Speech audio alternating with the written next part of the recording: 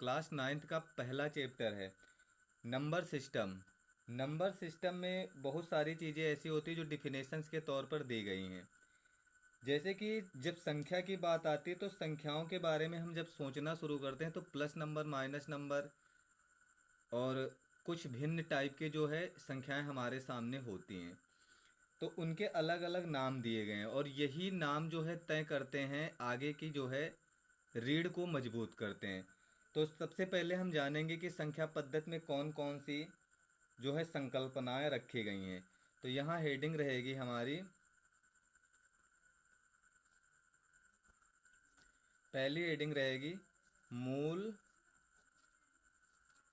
भूत जो है संकल्पनाएं, संकल्पनाएं,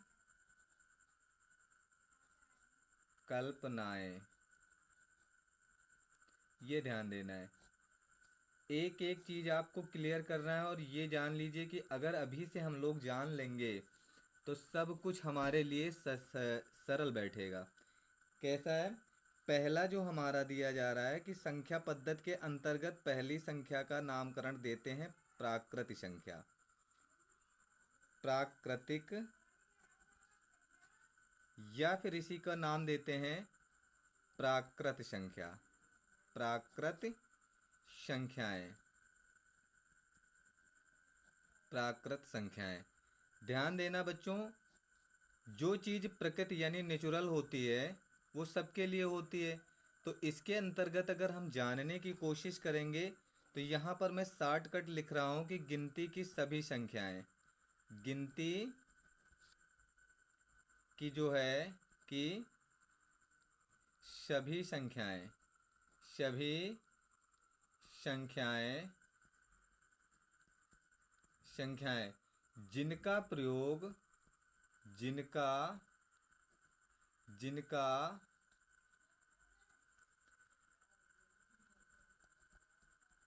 प्रयोग जो है वस्तुओं को गिनने के लिए किया जाता है, वस्तुओं को गिनने के लिए किया जाता है, गिनने के लिए किया जाता है, किया जाता है। वे सब की सब क्या कहलाते हैं बच्चे? प्राकृत संख्या कहलाते हैं। यानी वे सब के सब प्राकृत या फिर प्राकृतिक संख्या कहलाते हैं। प्राकृत संख्याएं जो हैं उनको कहा जाता है, कहलाती हैं। क्लियर हुआ? अब ध्यान से देखो, जब इसमें डिफिनेशंस में जब हम एग्जाम्पल्स की कोशिश करते हैं लिखने के लिए तो अब ये जान लीजिए कि वे संख्याएं जिनका प्रयोग जो है वस्तुओं को गिनने के लिए किया जाता है। अगर सपोज दैट हमारे पास कुछ वस्तुएं हैं और उन वस्तुओं को अगर हम गिनने के लिए दे दें तो शुरुआत कहाँ से होगी? एक से होगी, दो से होगी, तीन से होगी, यानी एक, दो, तीन, चार, ऐसे ही हम जितनी वस्तुएं होती हैं वहां तक जा सकते हैं। यानी कि अपरिमित तौर पर हम कह सकते हैं कि कितनी वस्तुएं हैं ये तो क्लियर नहीं है। जैसे क्लास में कुछ बच्चे हैं और उन बच्चों को गिनने की अगर हम कोशिश करते हैं तो शुरुआत एक से होती है। तो इस आधार पर अगर हम बात करें सबसे छोटी, नोट में हम लिखेंगे नोट, नोट में हम लिखेंगे नोट सबसे छोटी, सबसे छोटी प्राकृत संख्या कौन सी हो सकती है? प्राकृतिक संख्या, प्राकृतिक संख्या जो होगी वो क्या हो सकती है? एक होगी। सबसे छोटी प्राकृत संख्या कौन सी हो सकती है? एक होगी। और अगर हम बात बड़ी की करें, सबसे बड़ी कौन सी हो सकती है? सबसे बड़ी, बड़ी कौन सी हो सकती है? तो अपरिमित प्राकृतिक संख्या, वो क्या हो सकती है? अपरिमित हो सकती है। ये ध्यान रखना है क्योंकि इसमें पूछा जाता है। अब देखो, एक अंक की अगर सबसे छोटी की बात करेंगे, सबसे छोटी की बात करेंगे तो एक हो जाएगा। एक अंक भी है, एक सबसे छोटी भी है। अगर ऐसे ही बात करें कि दो अंकों की सबसे छोटी प्राकृतिक संख्या कौन सी होगी तो वो होगी भाई 10 होगी। समझ में आ रही बात? दो अंकों की सबसे बड़ी प्राकृतिक संख्या कौन सी होगी? वो होगी 99।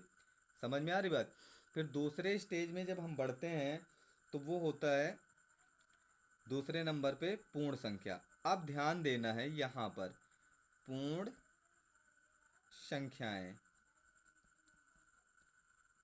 पूर्ण संख्याएं। अब इसमें क्या करना है कि इसमें डिफिनेशन थोड़ा सा हट के है। बस शून्य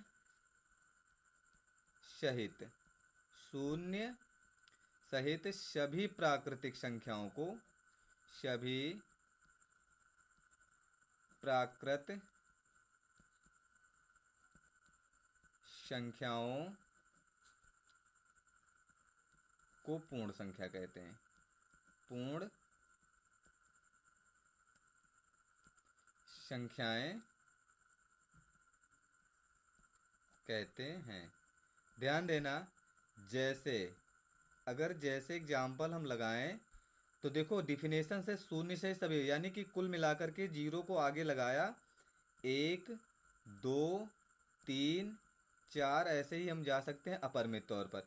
अगर जीरो को हम ऐसे साइलेंट कर लें तो है तो हमारे पास प्राकृतिक संख्या, बस जीरो को बढ़ा दिया। तो इतना याद रखना है कि जैसे ही प्राकृतिक संख्या के पहले जीरो लग जाएगा, जैसे ही प्राकृत संख्या के पहले जीरो लग जाएगा तो वो पूर्ण संख्या हो जाएगी। तो यहाँ पर जो है जीरो जो होगी वो सबसे छोटी क्या हो जाएगी, पूर्ण संख्या, सबसे छोटी। समझ में आ रही बात, सबसे छोटी पूर्ण संख्या ये जीरो हो जाएगा। ये क्लियर कर लिया। अब नेक्स्ट लेवल पे जब हम बात बढ़ाते हैं आगे तो ये देखो पूर्णांक की बात आती है,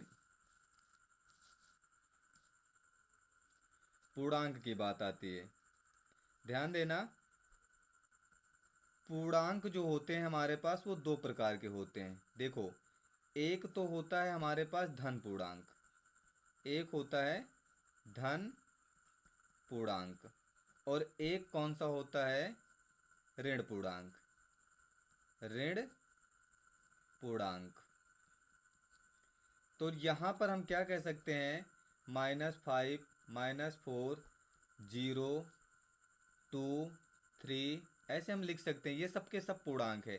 यानी कि जो पूर्णांक की डिफिनेशंस अगर हम लिखें, जो पूर्णांक की डिफिनेशंस लिखें तो वो क्या लिखी जाएगी, वो ये लिखी जाएगी कि शून्य सहित सभी धनात्मक और ऋणात्मक संख्याओं के समूह को हम पूर्णांक कहते हैं। क्या लिखा जाएगा, यहाँ पर मैं लिख रहा हूँ, देखो इधर, शून्य शून्य सहित, शून्य सहित सभी सभी धनात्मक धनात्मक तथा ऋणात्मक ऋणात्मक संख्याओं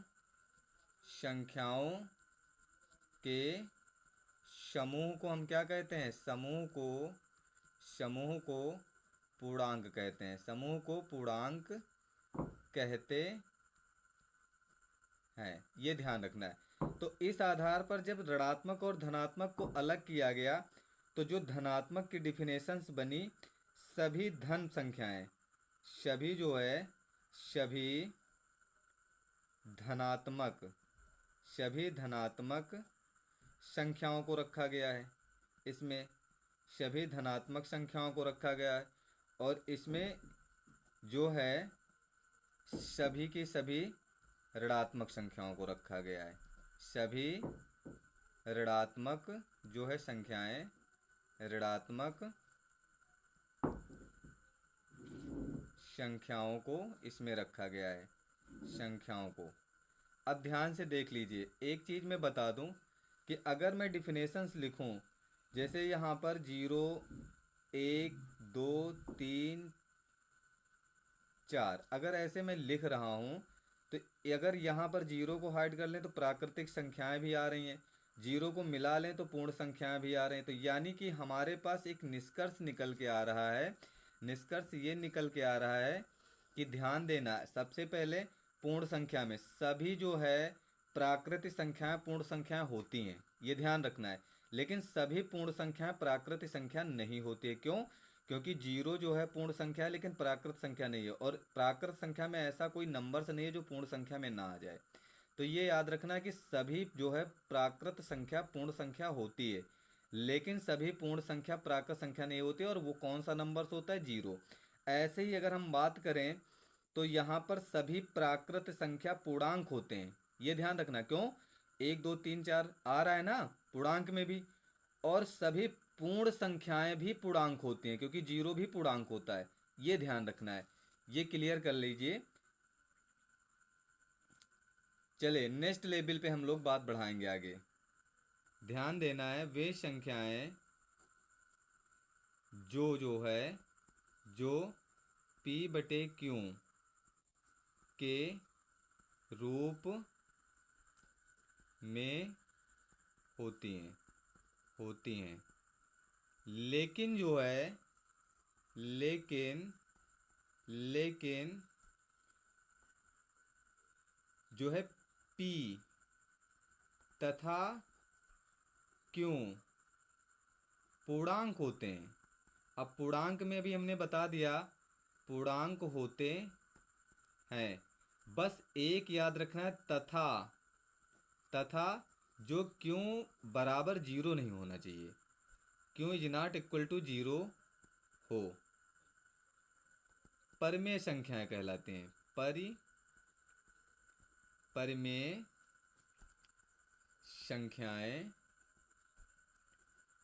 संख्याएं कहलाती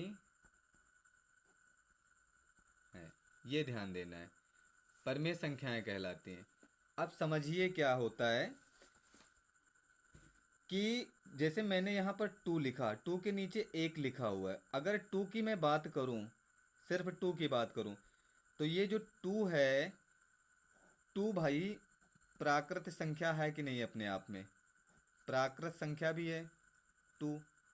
2 की मैं बात करूँ तो ये पूर्ण संख्या में भी आता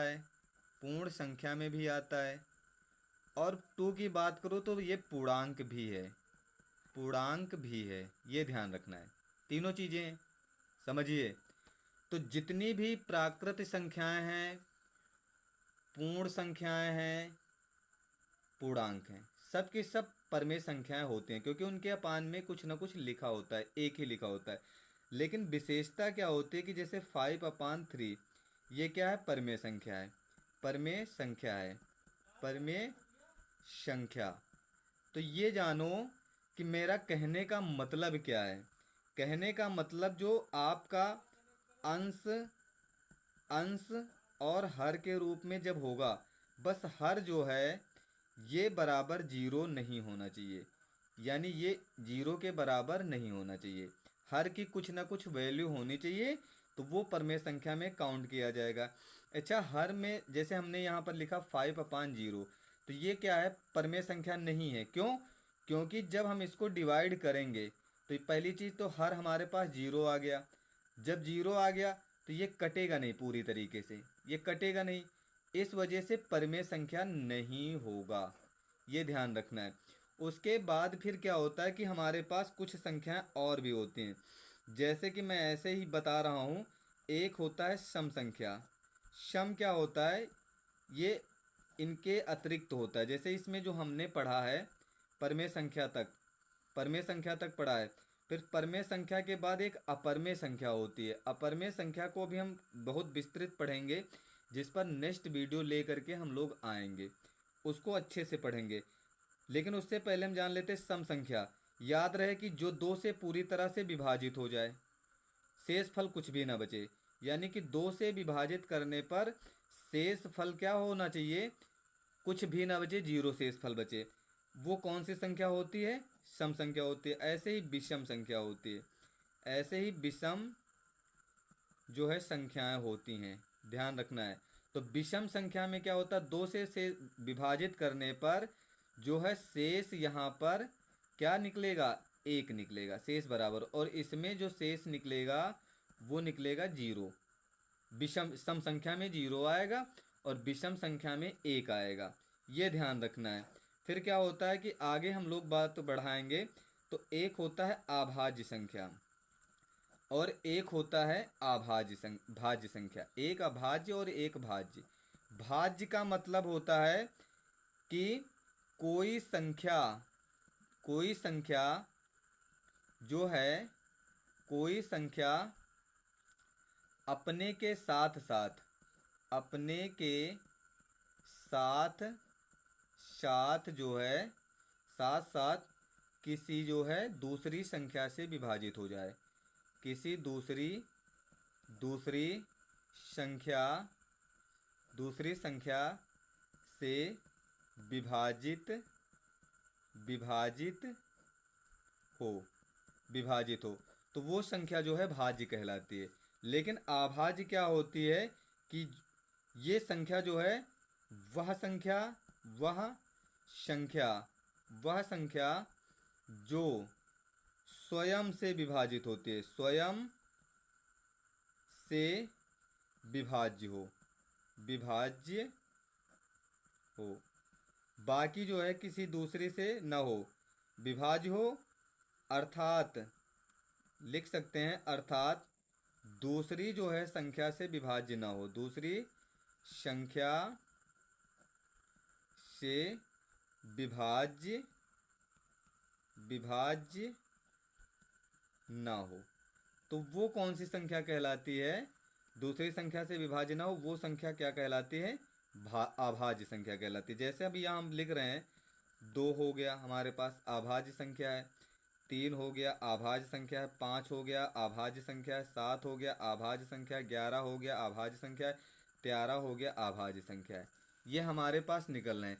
अगर मैं इसी में भाज्य संख्या का एग्जाम्पल सेट करूं तो 4 2 से कट रहा है, 2 से कट रहा है, 4 से भी कटेगा, फिर 6 8 9 10 12 ये सब के सब क्या हैं?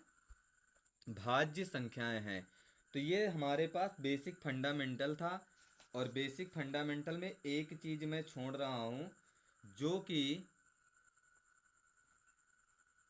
अपरिमेय संख्या। तो ये हम लोग नेक्स्ट वीडियो में पढ़ेंगे, इसलिए चैनल को सब्सक्राइब जरूर कर लीजिए। उसमें नेक्स्ट वीडियो में हम लोग पढ़ेंगे अपरिमेय संख्या, अपरिमेय संख्याएं पढ़ेंगे